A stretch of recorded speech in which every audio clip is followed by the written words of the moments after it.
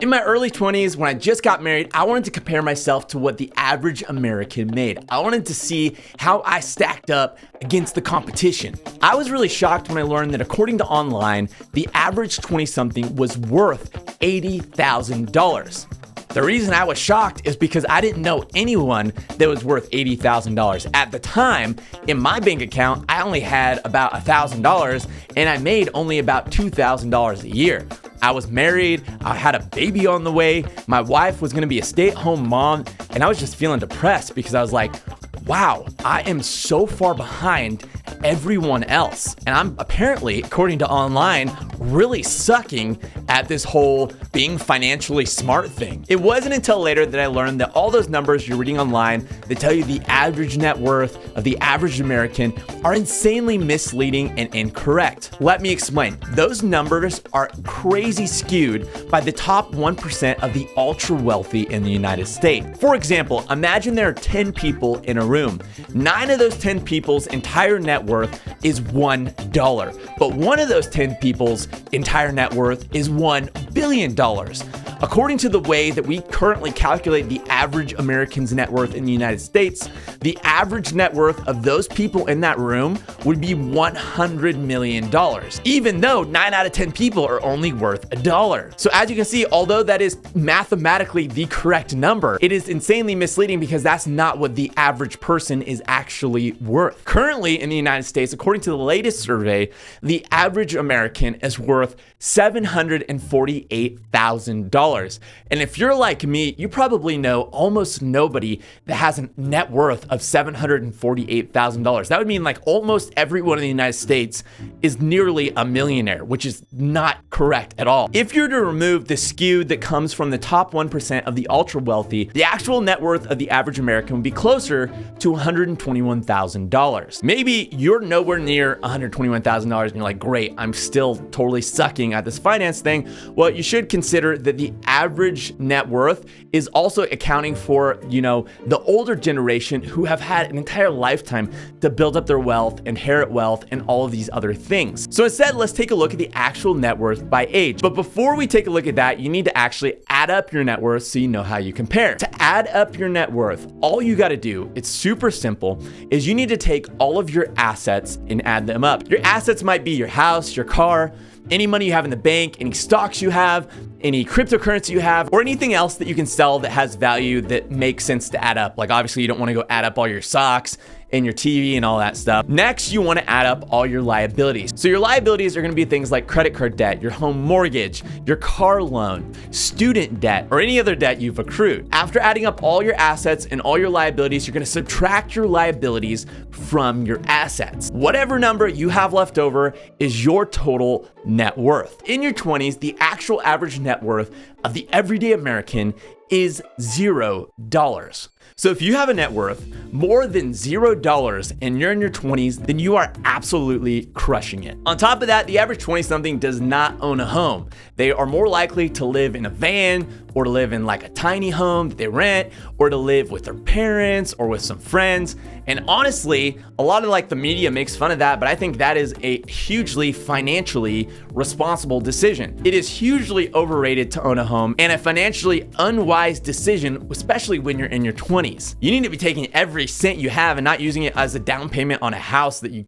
really can't afford, but to be using it to build up passive income so that your income that you're building up from this passive income can then pay for your lifestyle. You don't want to use your earned income you get from a job to pay for your lifestyle. Instead, you want to use your cash flow from your passive income to pay for your lifestyle. That way you're free to go travel the world, to go adventure, to go live your life without having to be constrained by being stuck in a 9-to-5 job that you have to work because you have all this, debt with your home mortgage and your credit cards and all that stuff. Ideally in your 20s, you should have saved up a year's worth of living expenses. Now, this could be really difficult in your 20s, but it's definitely something something that if you're able to pull off, you want to do, because this is going to give you the confidence to take risks, take advantage of awesome opportunities that come up, and it's going to make sure you're not dependent on your job for survival. And then any money above that, you're going to want to invest into income producing assets. The average 20-something makes around $28,000 a year. And if you're in your 20s right now, you need to be taking this time to take risks, to be educating yourself on how to be financially literate, and to building up passive income streams that can then pay for your lifestyle for the rest of your life. In your 30s, the actual average net worth of a 30-something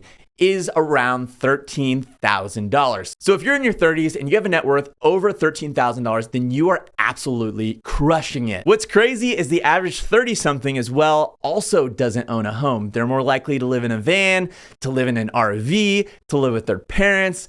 And again, even though they're in their 30s, I also think this is a financially correct choice to be making, because again, you want to use every cent you have to build up your passive income so you're not stuck and tied down to a job.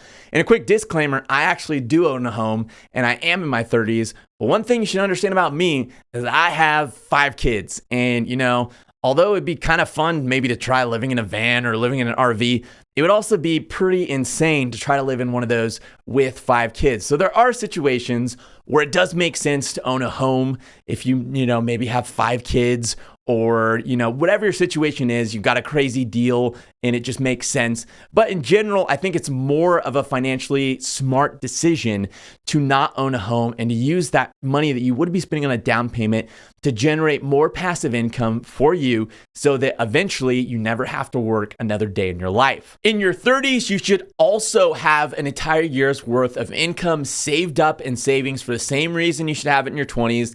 And as well, any excess, anything above that, you should be investing into income producing assets. Do not leave it in your bank. It will do you no good being in your bank. You want to invest it somewhere so that it can produce income for you, so that your money can make money for you. The average 30-something makes around $40,000 a year. And if you want to be in the top 1% of income earners in your 30s, then you need to make around $200,000 a year. If you're making over $200,000 a year, then congratulations, you're in the top 1% of income earners in the United States for 30-somethings. If you're in your 40s, your actual average net worth should be around $91,000. Remember, this includes your house, your car, all the money in your bank, your stocks, your crypto, all of that. If you're substantially below that, and you are feeling like, wow, I'm really far behind, I'm in my 40s, I'm really just not crushing it right now, let me just tell you that there's never been a better time in all of history than right now to build up massive wealth. And you're already on the right start, because you're already learning,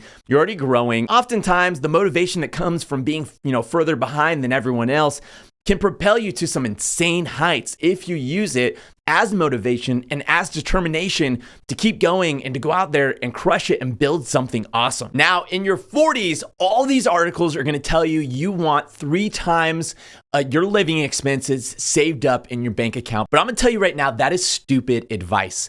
I do not know who is out there that writes these things, but that is terrible, terrible advice. You still just want 1 year's worth of living expenses saved up, and any excess needs to be invested in cash flow producing assets. There is literally no point to save anything above 1 year's living expenses. Like, you are just wasting your money, okay? You want your money making little baby monies for you. You want your money working for you, and it cannot do that in your bank account. In fact, your money sitting in your bank account loses money because of inflation. Now, in your 50s, every article out there is going to tell you you want saved up 5 times your living expenses. And again, this is just the most absurdly bad advice I've ever heard. And I don't know who writes these things and says these things, but you do not want to do that. You just want to save up 1 year's worth of income. You want to take everything this excess and you want to invest it into income producing assets. And let me give you an example of exactly how that works and why it makes so much more sense to do that than to leave it saved up in a bank account and to be listening to this bad advice you're going to read online. Say you have somebody who has $200,000, okay? And they decide, hey, I'm gonna leave it in my bank account, just like I read on that article. I'm gonna listen to traditional financial wisdom. So they do that. They leave it in your bank account, okay? And let's say they leave it there for 10 years. And then you have another person who listens to my advice. And what they do instead is they just save enough for 1 year. And the rest of it, the excess, they put down on a down payment on an apartment complex. So they put $2,000 down as a down payment on an apartment complex, $1 million apartment complex, because they're putting 20% down. They're buying $1 million apartment complex. Let's just say that apartment complex produces $1,500 a month of cash flow. And this person leaves their money in this apartment complex for the next 10 years. So their $200,000 is working in this apartment complex. The other person has $200,000 working in their bank account. At the end of those 10 years, person A left their money in the bank account, should have around $210,000. Wow, you're thinking, they did such a good job. That's amazing. They kept their money safe. They took no risks. And now they have more money than what they started with. But in reality, because of inflation, they actually have less spending power than they started with. But it looks awesome on paper. But the person who invested in the apartment complex has a couple things going for them that the person with the bank account doesn't.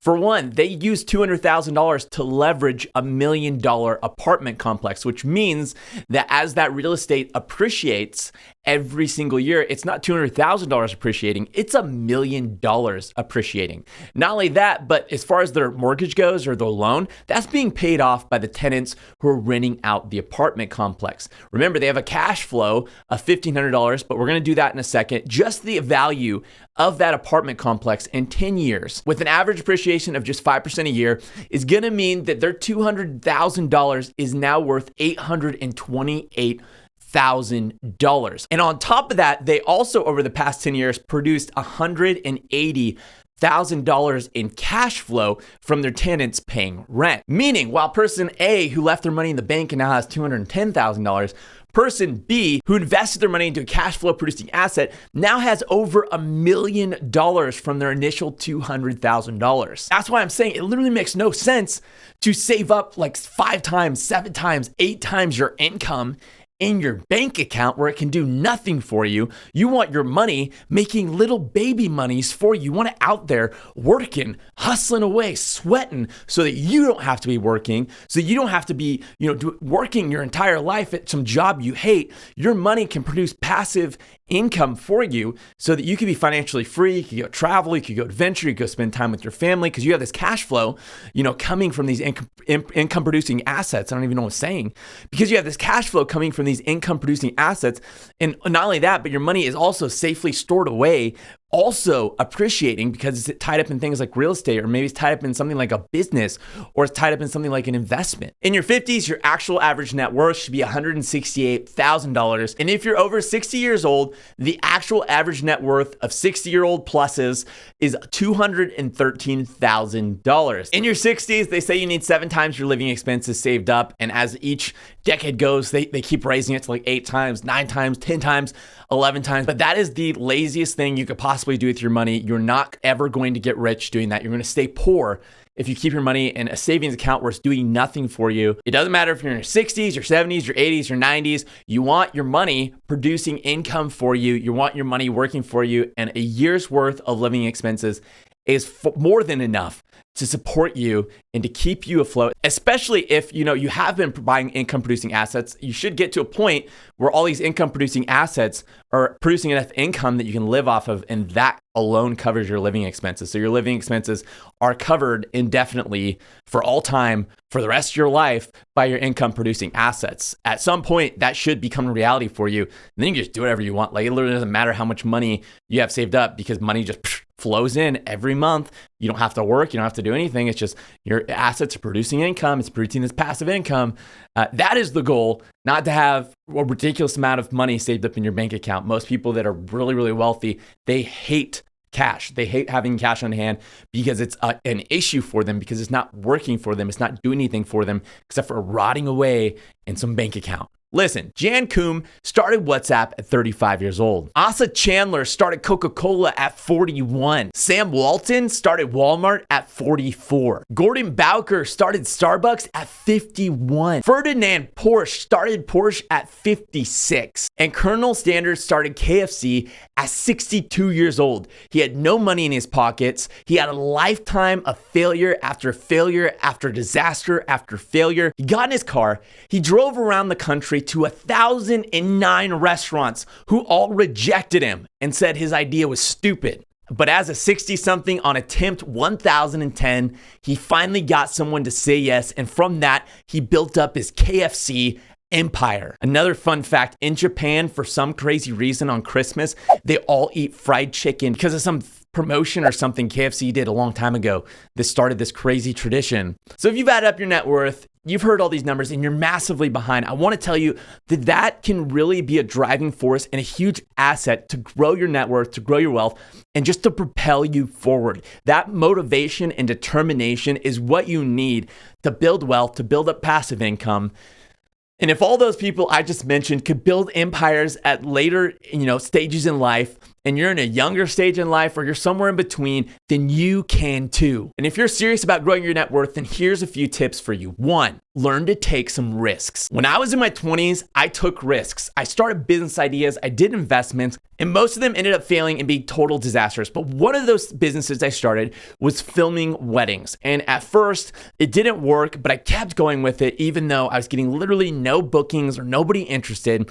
Finally, I got one booking. That booking led to more bookings. And I got to a point where I had to make a choice. I could go all in on this business idea, quit my job, throw myself 100% into it, or I could keep tinkering away at it as a side hustle. At the time, I had a family of 4. It was me, my wife, my 2 kids.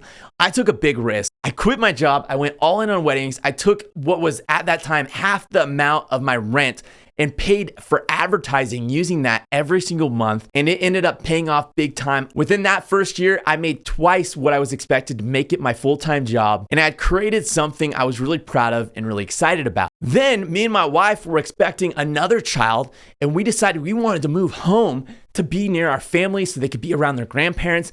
And I took another bold, crazy risk. I decided to restart my business in another state, cold turkey, with no connections, no network, nothing. I took that ad spend budget I was doing in Texas and I tripled it in California. I told everybody I was moving. I cut all ties. I burned all bridges. And literally before we even moved, I had an entire year worth of weddings booked out in another state. And once I moved to California, I was able to take my price from just $2,000 a wedding to over $10,000 a wedding because I made big moves and I took risks. 2, you have to work through the disasters, the failures, and the bad hands you will inevitably be dealt along the way. After I built up this amazing business, this amazing empire, I was dealt a pretty bad hand.